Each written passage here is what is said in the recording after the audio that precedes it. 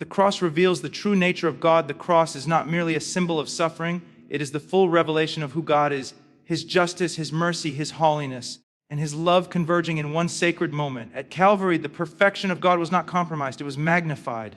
His justice demanded punishment for sin, yet His love provided the sacrifice. Only at the cross do we see the impossible tension between wrath and grace resolved in perfect harmony. The cross shouts to the world that God is not indifferent to sin, nor is He distant from our pain. He is holy enough to judge and loving enough to save. The cross exposes the depth of human sin before the cross becomes our hope. It must first become our mirror. It reflects what we truly are without Christ, rebellious, guilty, and utterly helpless. The suffering of Jesus was not exaggerated, it was deserved by us. Every lash, every thorn, every drop of blood reveals the seriousness of our sin and the weight of our rebellion.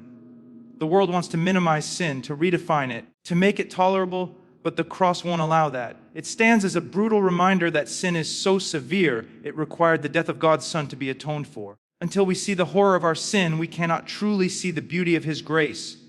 The cross demonstrates the power of redemption. The message of the cross is not one of defeat, but of victory. What appeared to be the darkest moment in history became the very means of our deliverance.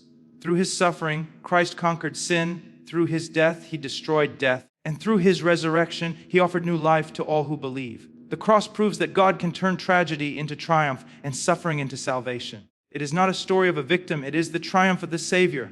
That is why Paul declared, "I will boast only in the cross, because it is there that divine power meets human weakness and transforms it into eternal hope." The cross calls us to a new way of living. The message of the cross does not end at forgiveness.